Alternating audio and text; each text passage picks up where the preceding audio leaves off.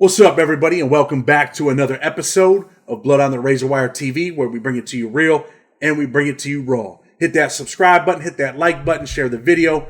Got a guy on here from California. You guys probably know who he is, Dino, and he's connected with Powder. He helps Powder out, so we're going to talk to him, talk a little bit about Powder tonight, California prison system. But you know what? You can tell your story better than I can, right? So tell the people who you are, man, where you're from, and talk a little bit about you. Yeah, my name's Dino, man. First of all, I want to start off by thanking you, man. I appreciate you letting me come on the channel and spread some love. You know, we're all out here trying to help each other out and promote each other's channels, and you know, there's enough room in this YouTube world for all of us to get some subscribers and have a little fan base and try to help out the youth. But I really appreciate what you're doing, Chad. I've watched your channel for a minute and got a lot of love for you. You know what I'm saying? Well, man, I definitely appreciate you and, you know, Powder. And, you know, we were supposed to get on the phone with him tonight, but I know he's got some stuff going on in there. So hopefully we can make that happen too. Let's talk. Powder's, sorry, I didn't mean to interrupt you. Powder's transpacking right now. So he's transferring from a level 4 down to a level 3 yard. So his points dropped and he's stoked on that. So he was going to try to jump on here tonight. But I know with the time difference and you're 3 hours ahead, it's kind of hard to get all three of us on, let alone two of us on at the same time. But three of us, man, it's kind of a shit show. We're going to make it happen eventually. Yeah, definitely. But so yeah, I'm from California, Orange County originally, bounced around California. I've lived all over, you know, Southern California, Central Valley, Fresno. And right now I live in Santa Cruz, California. So I'm up here in Northern California been up here for about a year and a half. But my story is, you know, I dabbled in drugs when I was young. I come from, my dad was actually a LA County sheriff growing up. So yeah, he had the law enforcement background, you know, and he's actually, funny twist of story, he's the first one that ever gave me my first drug too. So trip out on that, you know, being a LA County sheriff and breaking his back on the job. He was a sheriff in his 3 cities, I think, were Linwood, Compton, that Watts area right there back in the 80s. And he had broken his back on the job and just got wrapped up in the painkillers. And from there, he had to do a medical retirement, and it was just a downward spiral for him, you know. And me growing up, he anytime I was sick or, you know, I had a little runny nose, his remedy was, hey, throw a little Vicodin in your NyQuil, you know, pop a Vicodin, you know. Of course it made me feel better, and, you know, next thing you know, I get that little buzz going, and I'm rifling through his stash trying to steal his pills.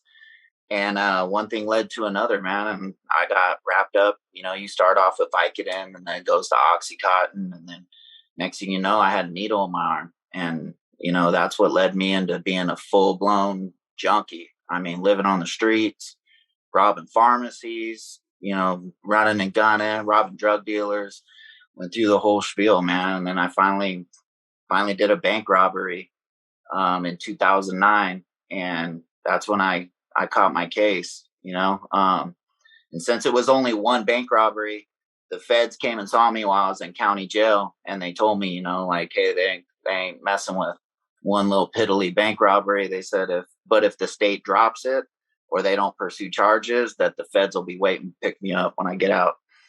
So I ended up doing 2 years they were trying to give me 6 years with 2 strikes, but I ended up doing 2 years, getting it down to 2 years in a strike. And that's what jumped off my prison career, you know. One stint, and that was enough for me, you know. Let me ask you this. You know, your father was in law enforcement. Did he have to step in and help you at all as far as the court stuff went? So by the time I got busted, he had already passed away. So in 2005, he died of a drug overdose. So he was, you know, he's same spiel, you know. He went down the Vicodin, then got into Oxycontin, and then it got into where he was going into hospitals. And because he was a retired sheriff, he was able to maneuver a little bit easier inside those medical walls of, dealing with doctors and nurses and, flashing his retired badge, being able to leave there with vials of morphine and needles and all kinds of shit. Yeah, he's the first one that ever shot me up. I was 20 years old when he gave me my first shot, and yeah, he bounced around Southern California. And the thing with my dad was he had the gift of gab, man. He could always he could sell anything. He could talk anybody into giving him what he wanted, and he always landed a good job. So I saw that as a youth growing up, that my dad was able to be a functioning addict and be able to land. He'd lose a job and get an even better job, and we always had a roof over our head. And he thought, like just taking care of us financially was him being a good father, even though, he wasn't present. He wasn't at my high school graduation, wasn't at my football games, wasn't at anything like that. But he just felt like, hey, as long as my kids are financially taken care of, like they're good, And so it just kind of allowed me to run amok. I didn't have any parental supervision. My parents were divorced. My mom lived in Southern California and she remarried. And it was just me and my brother, man. And to be honest, my brother to this day still battling with drug abuse, and just 2 weeks ago, in the middle of the night, 3 o'clock in the morning, man, we got a phone call. My fiance, they actually called my fiance, my cousin did, and my brother overdosed on fentanyl in the front yard, man, laying halfway out of his car, halfway on the lawn. And, his son walked out. His son went to the bathroom in the middle of the night, saw that he wasn't in the house, so he walked out front looking for his dad and found his dad not breathing in the front yard. Came running in, woke my cousin up. My cousin called the paramedics, man. And the paramedics came and they hit him with 3 shots of Narcan and were able to get him back breathing. But yeah, that was scary, man. The thought of losing my dad. I just lost my grandpa 2 years ago. That was to cancer, and then losing my brother, man, that would have left me as the last Hargrove, still stuck around. So I feel like I gotta stay clean and sober. April 1st, just this past year, was 6 years that I've been sober without a needle in my arm. You know what I mean? Like I'll still have a drink every now and then, but like as far as the hard shit, nah, man, I'm focused. I ain't gonna be a statistic. That's what's up, man. I'm sorry to hear about your brother. I mean, since Yeah, that little overdose thing, right? And I shouldn't say little, but since yeah. the overdose, I mean, what is he doing now? Did you talk to him? Is he trying to get right? Is he still getting high, or is he just like, hey, man, it is what it is? Yeah. I mean, my brother's kind of a savage, man. He's kind of on that trip where it is what it is. Like he cares about what everybody else thinks more than he cares about himself, and that's a sad way to live. Like he doesn't care if he dies for himself. He cares about what his son's going to feel like or what his girlfriend's going to feel like. But right now he's trying, and now we talk every single day. But with an addict, you know how it is. Like it's you want to believe them, but it's like at the end of the day, only you're only going to show me through action. You know what I mean? You can tell me that you're clean and sober. You can do all this, you know, call the family, have pull the wool over everybody's eyes, but I'll know just by your actions. If your voicemail's full, you're not answering your phones, you say you're going to be somewhere and you're not. Like those are all the things I did when I was an addict, and I know all the tricks. And I feel like now just being a man of my word and having integrity is I'm like overboard on it because I was such a dirtbag for so long. You know what I mean? It's crazy, man. I'm sorry that your life was like that. Let's talk a little bit more about your dad, though, because I'm interested. I didn't know that about your Yeah. father, right? Yeah. How long was he in law enforcement? So he was only in law enforcement. He actually became an LA County sheriff when he was 21 years old. And so he responded to a call. This guy was this big old black dude down in Watts was beating the shit out of his girlfriend. And my dad responded. He was solo. And when he showed up, um, he could hear the fight, behind the door, and so he was a new 23-year-old young kid. He was in the military before. He was military police in the army, and then he went through the sheriff's academy, and now he's an LA County sheriff. Kind of during the worst time in LA, you know what I mean? 80s was, Bloods, Crips, like it was really bad. And so he could hear this guy beating the shit out of his girlfriend on the other side of the door. And so my dad just stepped back, said he stepped back and kicked the door open. When he ran in, I mean, this guy was probably 6'4", 6'5", so he says, and he was on PCP. He had been smoking PCP, and so him and my dad started fighting. And my dad, pulled out his mag light. They used to carry those big ass mag lights back in the day, and he just started beating him over the head. And the guy picked him up, and he's got my dad lifted up in the air, and my dad's hitting him over the head. And he said he could just see like his brains. That's how bad he was splitting his head open. And the guy just took off running, ran through the sliding glass door and jumped off the second story balcony with my dad in his arms. And he just landed on top of my dad.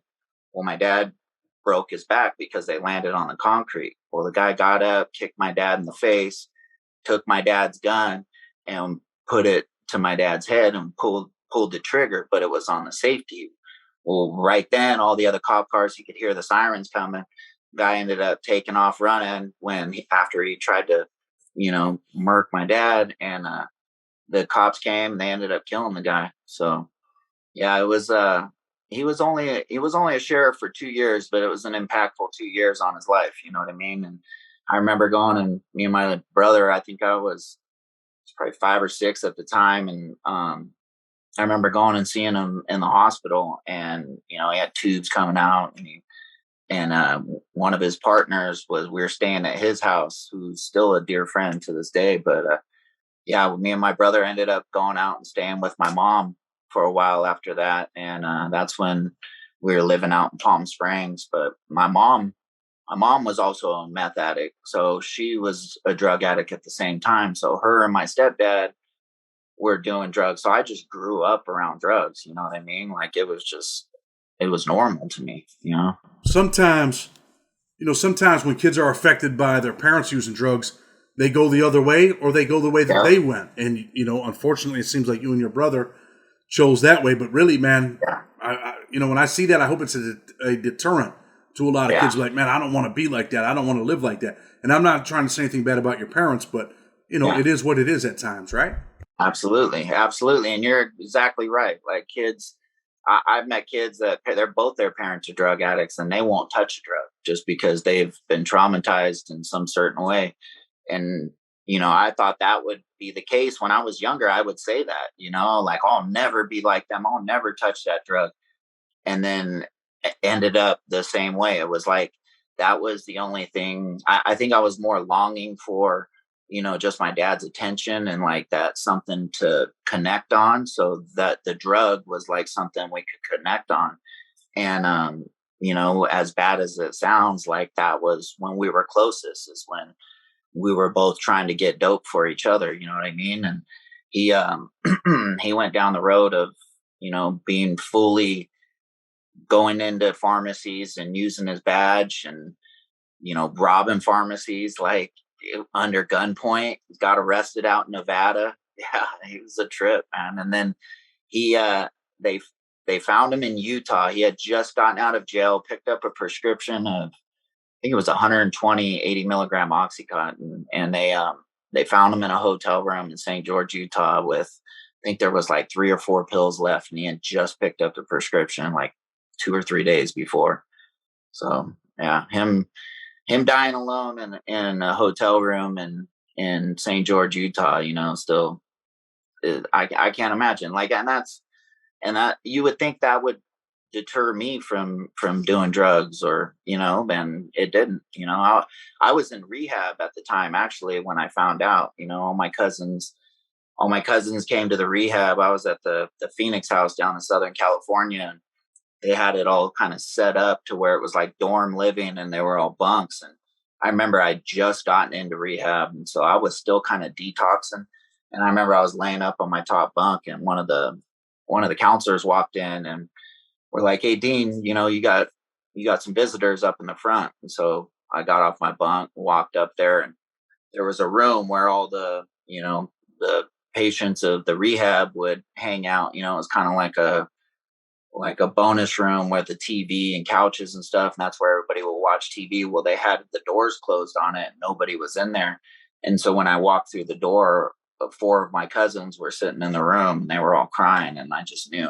I knew it was either my brother or it was my dad, and I just kept asking, like, well, what happened? What happened? What happened? And nobody, I mean, you didn't, that's a hard thing to do, be the first to tell, a son that his dad just passed away. Heartbreaking, man, for real. You end up robbing pharmacies. You rob the bank. What's it like, man, when you go in a pharmacy, right? You're drug addicted. You maybe you're dope sick. You're like, man, I'm going in this pharmacy. How's that work, man? What's going on in your mind?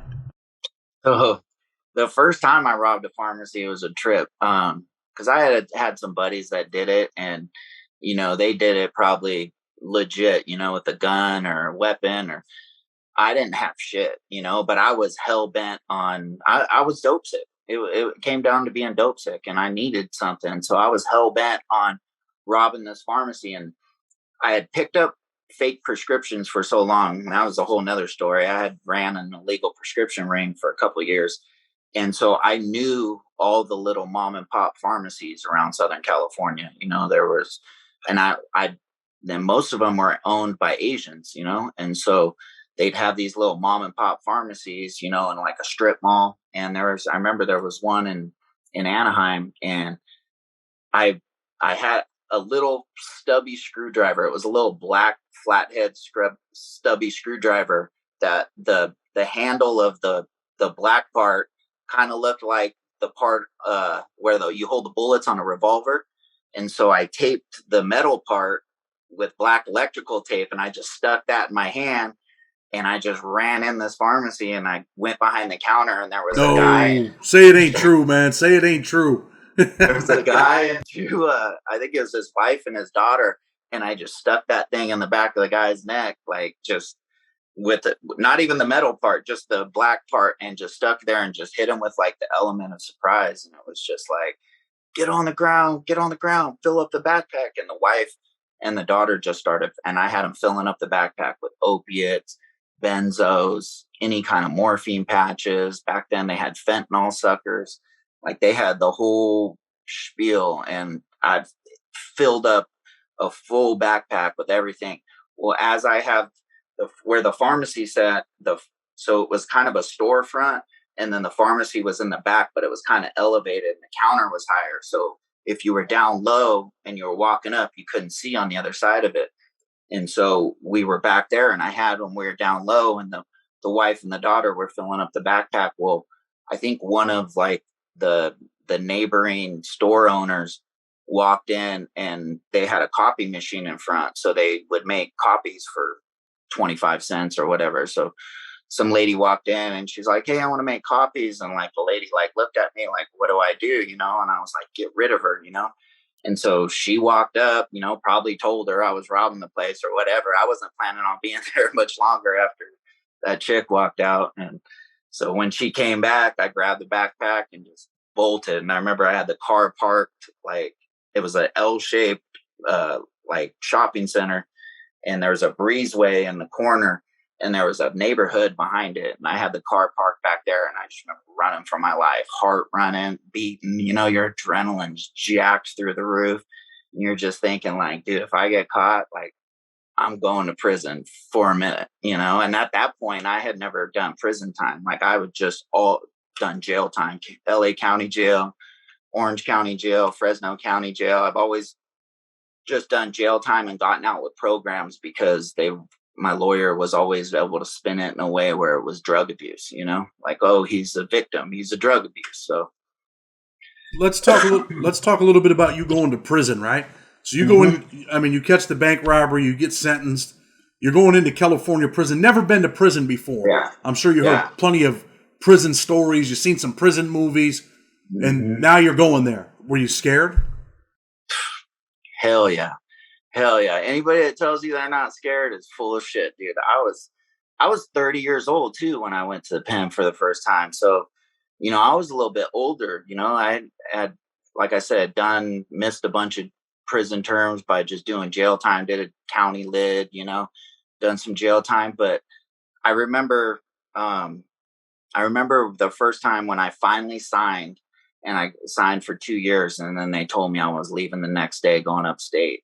And I remember I got back to the pod, and they had 3 phones right there, and we were in the worker dorm in Orange County Jail. So the phones were on all night. That was one of the cool parts about being in the worker dorm. And I remember jumping on the phone and calling my mom, and my mom was on a camping trip with my uncle, a couple of her sisters, brothers, and my uncle had done time before, so he had been in and out of prison before. So when I called her, like, I jumped on the phone. I was like, "Hey, mom, I signed. I'm they're picking me up tomorrow. I'm going upstate."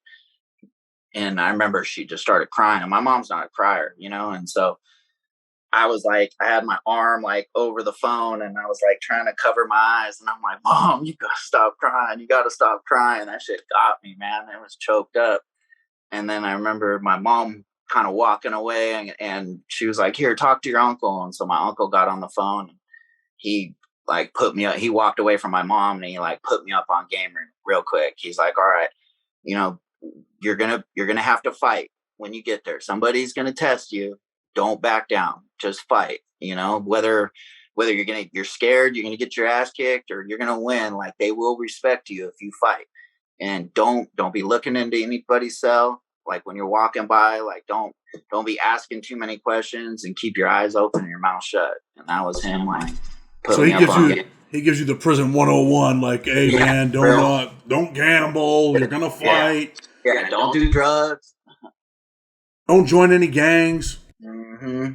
Yeah, So but I remember though, man, jumping on that bus, and you're sitting on the bus, and it was probably 3:30 in the morning, so it's still dark out, and you're going over the grapevine, and we were headed up to Wasco. Wasco's out in the middle of nowhere out there in Bakersfield, and you hearing all the other guys talk, because a lot of them have been to prison before, and they seem all comfortable, and I'm trying not to show that I'm scared shitless, because I don't know what to expect, what's going on, and I remember getting off the bus, and then you see that sign that says "No warning shots fired," like, and that's like a eye opener. You see that razor wire and electrified fences, and you kind of trip out, man. that's when life gets real quick, right? Hmm. Yep. You're gonna either buck up, or you're gonna go SNY. And I knew as long as I just you know kept my word, didn't do drugs, didn't gamble. Like, I felt like I was a solid enough cat that, like, I'll be all right, and I'll get by. Presses you as soon as you get there. Do the white dudes? I don't know how it works in California State Prison, and some of the viewers don't. Well, as soon as you get there, do the white dudes press you immediately? Like, "Hey man, what's up? Where you from? How's that work?" Yeah. So, I mean, California's, especially reception's, a trip. When I got there, I forget what yard they started us out on. I think it was H something, but it was cell living. So by the time, like, we got to our cell, it was just me and another cat that rode the bus up. I was already in the holding tank with them, so we kind of already knew each other. He came from Orange County too. But then once you hit the yard, that's when the woods or the skinheads will come up, and they'll ask you where you're from, ask you what your name is, who you run with, because reception, there's always all kinds of drama, especially in California receptions, because there's so many people coming and going, and there's so many people that got smut on them, politics that, like, not knowing these politics, like, you could get in a wreck, like solid woods that are active aren't supposed to go into a yard where there's bulldogs. You're not supposed to go into a yard where there's and program with the northerners. Like, it's just,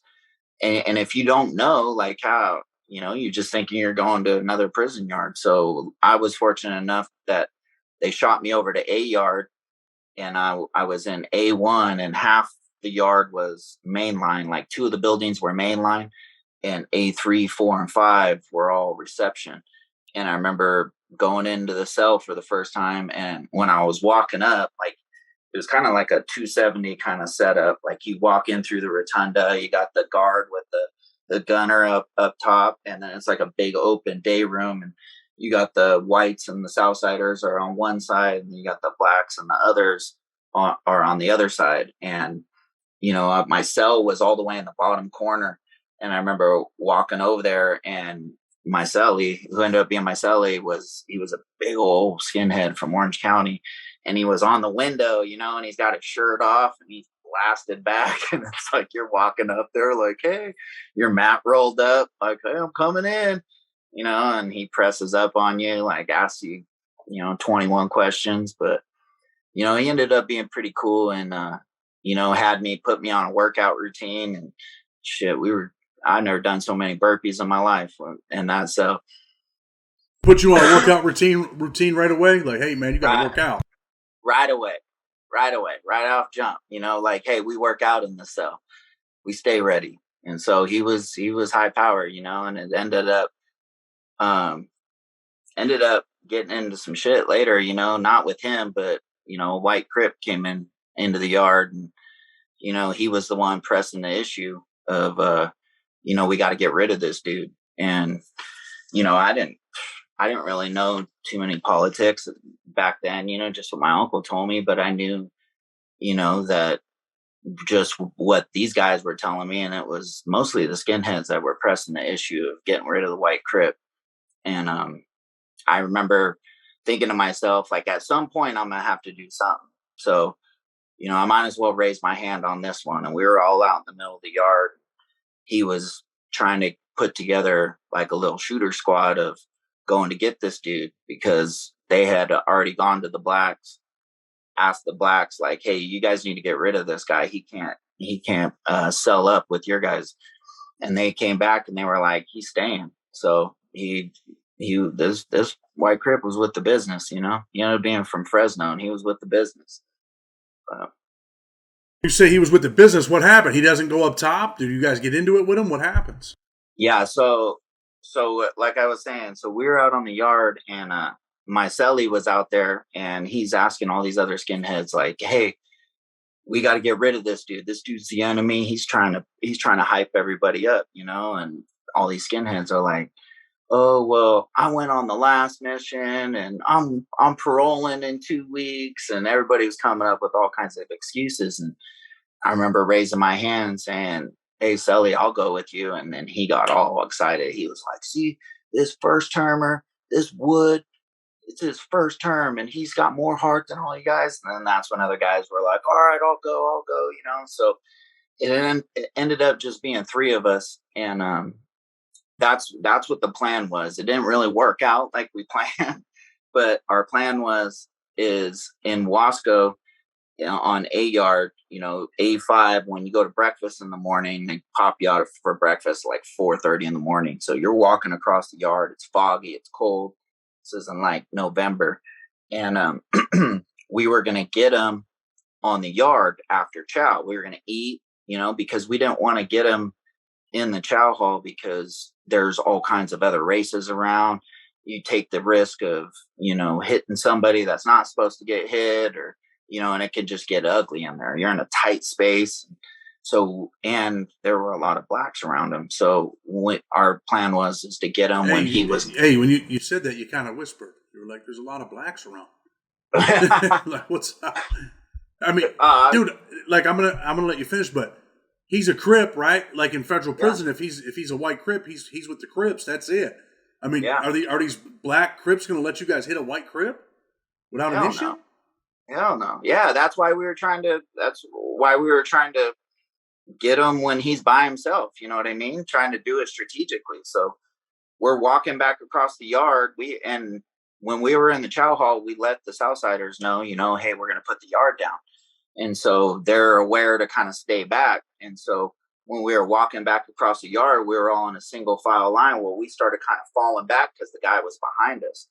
And so we started trying to fall back, and the gunner in the tower got over the loudspeaker and he yelled at us like, hey, get back in line. So we were like, shit.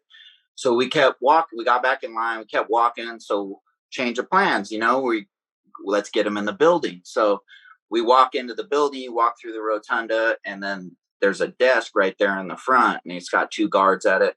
And we walked up to the guards like, hey, our water's not working in our cell. Can we fill up a bucket? Because they have like a big like sink with a spigot in the day room. Can we fill up a bucket of water and take it in our cell? And they're like, yeah, pop, 128, or I think we're in 133 or something, 133 cell. So we were just trying to buy time because this guy was kind of behind us. So they weren't, because if you go up and you stand by your cell, they pop your cell, they'll start yelling at you to get in your cell and lock it up. So we were trying to buy time to stay in that day room longer. So by the time my cellie went, got the bucket, he's filling it up and he's walking back over. Well, this white crip walks in and he's with his cellie and they start walking through the day room. Well, his cellie is this black guy and he sees us and he knows what's going down. So he breaks the other way. So like he starts walking and just leaves this dude by himself. And so the guy's walking, he's got his jacket on, his beanie, and he's walking to his cell. He's got a little sea walk in him. And my cellie comes with the bucket of water and he's like, all right, let's go. And so he drops the bucket and three of us take off running towards him. Well, my cellie's in the front and it's me and another skinhead from, I think he was from Goleta. He was from like Santa Barbara.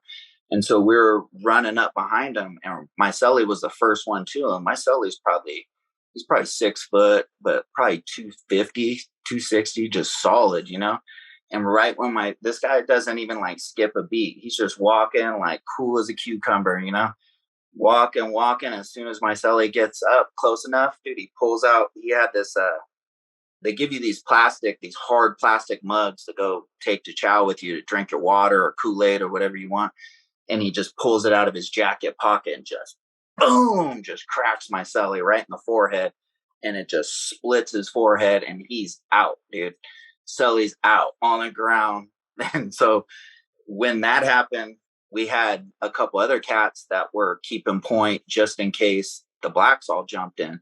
So when they saw my cellie get hit, they all came running in too. So now there's 3 other guys, me and this other cat. So now there's 5 of us that get a hold of him and he's fighting with us and we finally get him on the ground. But, 5 on 1, like you're doing more damage to each other than you're doing to him. And he gets out of his jacket and he takes off running. Well, we caught him over by the podium. And by this time the alarm's going off. They got everybody sprawled out, laying on the ground. And we caught him over by the podium and we're just beating the crap out of him in front of the podium, booting him, kicking him. And I just heard that shot from the gunner up in the tower and we're right below that gunner. So, I mean, it's probably 15 feet and he shoots that block gun. And I remember it hit this kid that was right next to me and it hit him in the wrist and it just snapped his wrist. And so he fell on the ground. Now he's screaming. My cellie's laying on the ground still. Is this a live round? He shot a live round? No, he shot a block gun. It's like a wooden dowel. And it's, dude, it hit, but where it hit him on that bone right on the outside of your wrist and it just snapped his wrist. So he started screaming. And by that time, this dude's like pretty much out on the ground. And we were still going though. That the gun didn't even scare anyone. And by that time, the 2 guards came out from around the podium and they had their TK-17 spray and just hit us with it. I remember turning around and catching it right across the face. That took all the fight out of me. That shit's rough. So none of the Crips come to help him? He's on his own fighting? Yeah, so he was on his own fighting right there. So then when they sprayed us, my cellie had gotten back up and he had woken back up at this time. And now he's over and he's on top of the white crip and he's slamming the guy's head into the ground, yelling like, "You are the enemy," like slamming his head in the ground. Everybody's in their cells watching. And so they break that up. IGI comes in, which is the gang task force. They come in, they take pictures. There's blood everywhere. They take my cellie, the kid that got shot with the block gun, and then the white crip. They take them all to the infirmary. They take the rest of us. There's 4 of us. They take us and they put us in A4 in the showers to decontaminate us, and at that time, nobody told me that water activates that shit. So I'm like in the shower trying to wash my face off. And, dude, I'm in there screaming. The other guy that's in there is laughing at me. He let me do it. And so they lock us. They send us back to our cell to get all our shit because they're going to send us to the hole. So they take us all back to our cell, unlock it, say, hey, pack your shit up. We'll be back in an hour to grab you. Well, since it's it's a race on race fight, they lock down the whole prison until they find out what's going on. Well, they released the kitchen crew that fed us in the morning back to their cells. So when the kitchen crew's walking through the rotunda, there's probably 12 blacks on the kitchen crew and probably 5 whites. Right when they get into the building, the blacks rush the whites and just beat the piss out of all the whites in front of the whole building. Like, they waited until they got it. They heard about it in the kitchen, and then they waited till they got back in the building to make a statement like, nah, we ain't going out like that, Then they ended up not taking us to the hole. They ended up slamming the whole prison, and we went on lockdown for probably 3 months. After that, you guys don't go to the hole, but you come off lockdown. You stay at the same prison? Yeah. Well, I mean, we're in reception, and yeah, they had taken my cellie. They put him in a different building. I think they released the kid that got shot with the gun, and then they took the white crip to another yard. I think they were trying to get him to go SNY, but he didn't lock it up. He didn't say anything either, because they give you a 115 with everybody's statements, and he put Rumble in the Jungle. When they asked him what happened, he just said Rumble in the Jungle. So, I mean, he was with the business, dude. I give him mad respect. Sounds like he goes hard. Look, man, usually when you get a white dude, man, that's in a predominantly, black gang or a Hispanic gang, I don't care what anyone says, man. Them dudes usually go hard, bro. They don't just go, hey, man, I'm the lone white dude, man. I want to sign up and hang out with you guys because I think it's cool. Yeah. Usually them dudes go hard, man, for real. Yeah, especially if they're standing up for him, especially if they're backing him up. Like, that dude's with the business, because think about it. I mean, he's got to go extra hard to prove himself, because he probably gets shit not only from the whites, but he gets shit from the blacks too. You show up on a prison yard with the Crips and you tell them you're a Crip, like, they're gonna make you prove it. To be with that business, so be with it. So that's just kind of like some of California prison politics. I mean, you're probably gonna have to do a part 2. You're friends with Powder, right? And Powder was always on the stories written by a current prisoner. He's on there all the time, and you guys got your own channel now that you guys are putting together, and it seems like it's doing all right. How did you end up meeting Powder?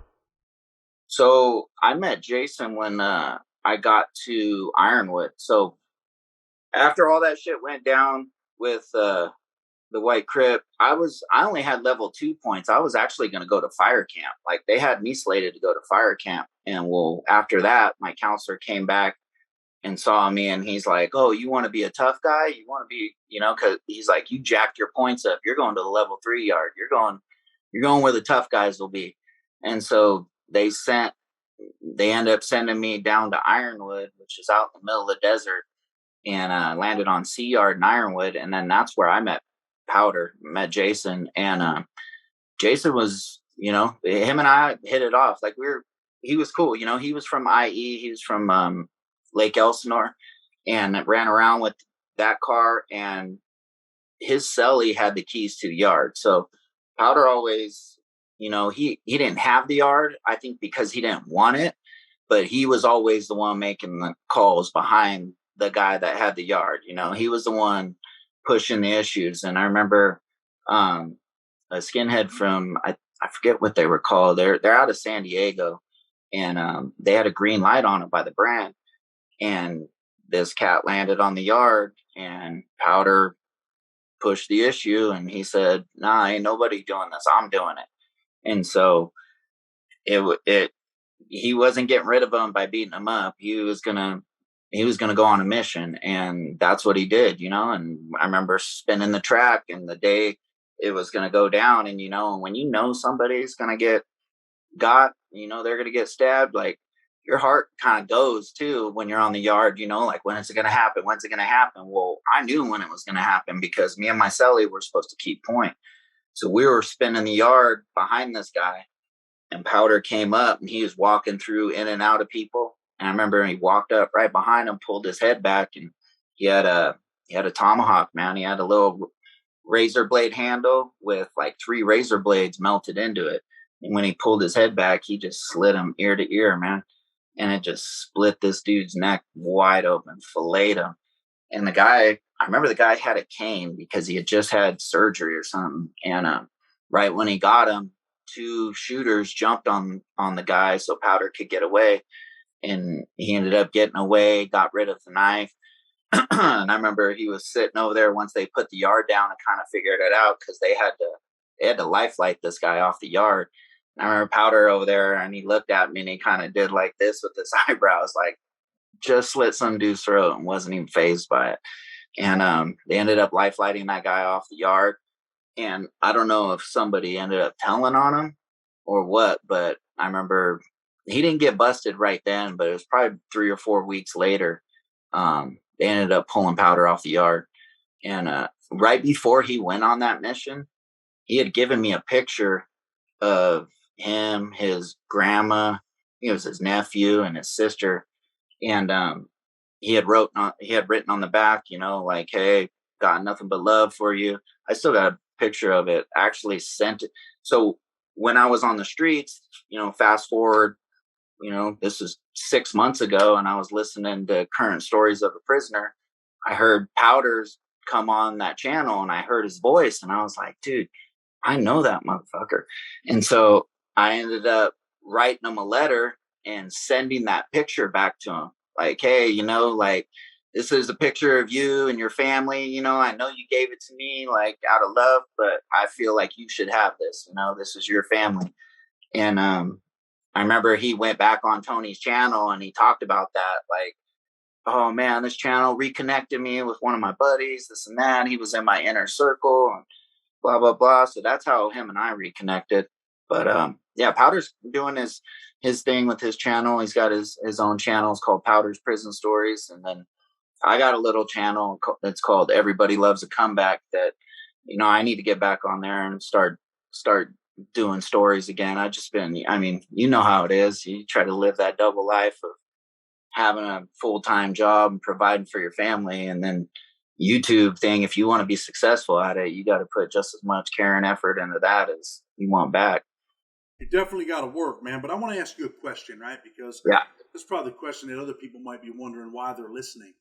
So Powder slits this dude's throat. You kind of smiled about it a little bit, right? But let me ask you this. Did it affect you to see that happen to a dude walking with a cane? it did. Like I kind of thought, you have mixed feelings on it. Like you think like, okay, well, could he have not waited till the cat got better, or like he was able to defend himself, or like, but on the flip side, like, is your life going to be in jeopardy because you don't do it? You know what I mean? So like that's the dilemma that you go through in there. Is Let me stop you for a minute, Dino. Mhm. Because that's, I shouldn't have said because he had a cane. When you see someone victimized like that, right? Did it affect you mentally and emotionally? Did you feel bad for the dude? Like, damn, man, dude got done dirty. Or were you just like, hey, man, this is prison, bro. Prison politics, man. This is how it goes. It's either them or me. Yeah. So the first time it affected me. You know what I mean? The very first time you see it affects you because you think like, what if that was me? You know what I mean? Or what if I had to do that? You put yourself on both sides of it. The first time, I'm not gonna lie, it definitely affects you. I mean, you lose sleep over it, and especially when you're up close and personal on something like that, and it's gonna happen. So it's not like you catch it out of the corner of your eye, like you have all eyes on it and you see it. Yeah, it changes you, dude. It definitely changes you a little bit, and the more you see it, it changes you just that much more, And I understand what you're saying, right? And the reason I ask you that is because, a lot of things that I've seen in prison did affect me. And it wasn't right at that moment, but later on, right? When I started to mature, when, I became a husband and a father, and, I put that stuff behind me. And the other day I was talking, and I don't know if you've ever heard the story about Ace. Ace was shot from the gun tower. He died. I talked to his dad the other day briefly on, Messenger. And that's when I really thought to myself, like, man, look at the shit that we were doing to each other, man. And for real, dude, I was really text voice, whatever the hell they call that, right? Yeah. And when I was talking to telling his dad what I wanted to say about his son, my voice cracked, bro. I was Yeah. like, and Yeah. it hit me in that moment where I'm like, damn, man, we're victimizing each other, man. What we really were, and this ain't no knock on anyone else, but really what we were was a bunch of poor ass white kids that all grew up the same, went to prison, and then we started trying to kill each other. Same thing with, with the black dudes and the Hispanic Mexicans. Like, I've told stories where the paisas, where the TS dudes like demolished this old ass paisa. And I'm like, damn, this dude could be their dad. And they're like demolishing this dude. And, far too often, man, we're fighting each other, man. And we don't even realize why we're fighting each other, really, for no reason at all at the end of the day. No, you're 1,000% right. I mean, we all go in there and we're supposed to preach unity and be down for each other and have each other's back. And it takes, the call of somebody from at a completely different prison that has nothing to do with what you got going on or anything. And you're supposed to, change your life potentially of killing another man, and especially another white man that, when you're in prison, that's what it is. It's politics, like it's set up like that for our safety, and if it was only like that on the streets, because and I'm not saying this because in a racist way, but in more of a way that if prison was like the streets, think about it. Like, so in prison, they're not okay with child molesters. They're not okay with rapists. Like, that's how it should be. Like, they should get rid of those guys, at all costs. And when you go into prison and you're in a different gang and you're beefing on the streets and you're fighting on the streets and you're a Southsider gang, but when you go into prison, they're all one. They do away with all the gangs, like it's different in prison than it is on the streets. It's more unity. But then on the flip side, it's super hypocritical because you get those gangs that, or the Mexican mafia or the brand that preach, unity and teach you on your culture and all this, but then they're going to stab you over a drug debt or a green light of some disrespect, or like something that has nothing to do with you. And it gets down to the fact where I think that's had a lot to do with me not wanting to go back, because I don't want to live by those rules. If I want to share a beer, with a black dude at the bar, like I'll share a beer with the black dude at the bar. I don't have anybody out here telling me what I can and can't do. As long as you respect me as a man, I don't care what color your skin is. You know what I mean? Like, people get too caught up on that. So there's kind of two messages today, man. Men respect men, number one, and number two, man. We're destroying each other, man, for no real reason. And the one thing that's important, I think, Dino, to say is I see these kids out here killing each other, right? Where I'm from in Rochester, New York, they're killing each other. Like, man, you live on this side, I live on this side. We're beefing, we're killing each other. And, I might kill your homeboy and you might have killed someone. Now we're in prison. And now we're all from Rochester. Now we're all 5'8". Now we're all cool. But yet, 2 years ago, we were killing each other. And now we're here for 25 to life over a bunch of bullshit, man. We're killing each other for no reason. I don't care if you're white, you're black, you're Hispanic. That's the message, man. Like, man, you kids are out here killing each other. And then you're going to be homeboys when you get to prison because you're all you got. You get to prison, your friends become your family, man.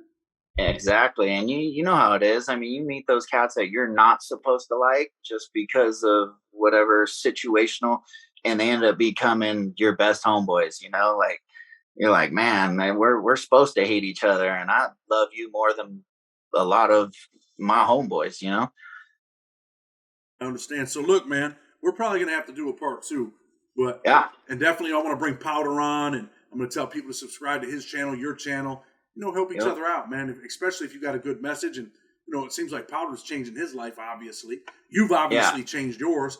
So before we go, I'm going to have you give a message, right? But before we go, tell the people what you're doing now. You've been home 6 years. You're clean. You work. Are you married? Do you have kids? Who's Dino today?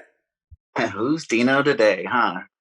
It's crazy, because a lot of people I meet today think, or they'll say, like, I can't picture you like that. I can't picture you as a drug addict or a convict or in prison.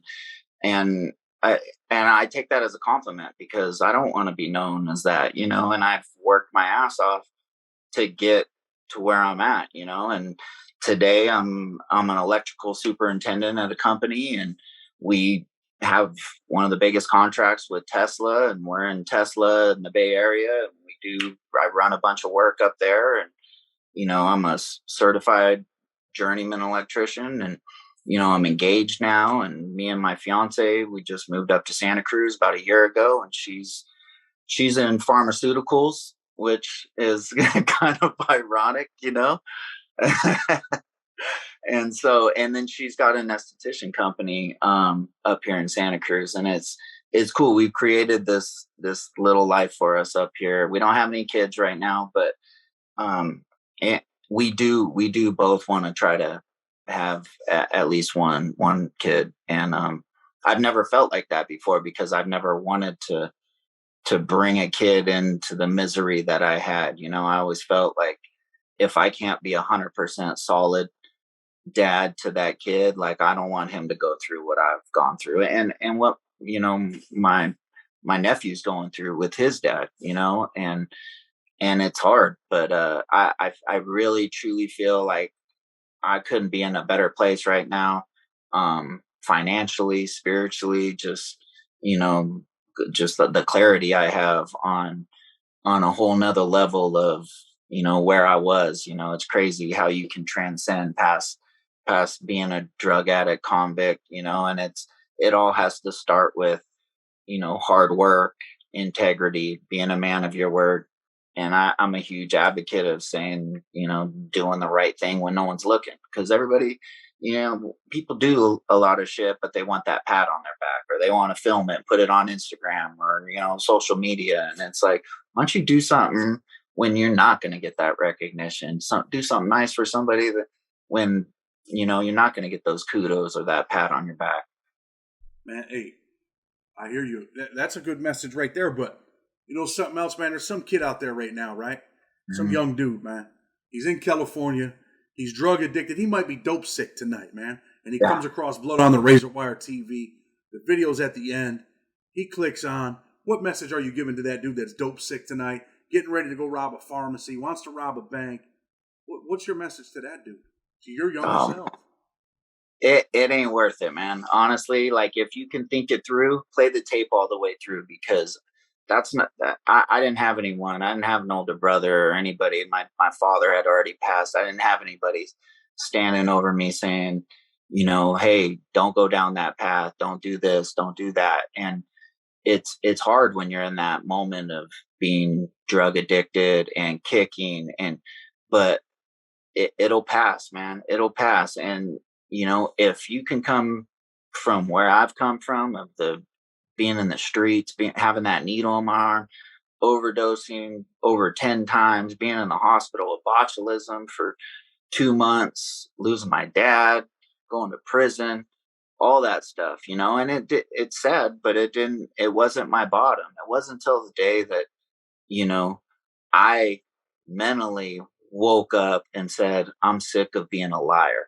I'm sick of being a thief. I'm sick of being that person that nobody can trust to even give a key to their house or watch their pets when they go out of town, or my parents had to change the locks, you know, or hide that purse when I came over, you know. Like, that's a sick feeling that you have, and you can earn that trust back. I mean, it's just as easy to earn that trust back, but you got to do it with actions. You can't just say it. You got to really take the steps and do it. You know, there's meetings out there, man. Like, reach out to somebody. Go get into an NA meeting if you're dope sick and you're kicking, because it's a safe space, man. And it was a huge start for me getting clean and getting on that recovery path. Man, listen, definitely appreciate you, man. Appreciate the message. I hope somebody heard it. I hope somebody, you know, puts that into effect tonight, man. Say, you know what? Instead of getting high tonight, man, tonight I want to change my life, man. Absolutely. So, once again, man, we're going to do it again, I think, with a part 2. I appreciate you coming on. Tell people, man, you didn't hear it from me tonight. You heard it from Dino, man. He's been there. He's been on that path, you know. So let it resonate, man. Blood on the Razor Wire TV, with respect. Until tomorrow, we're out.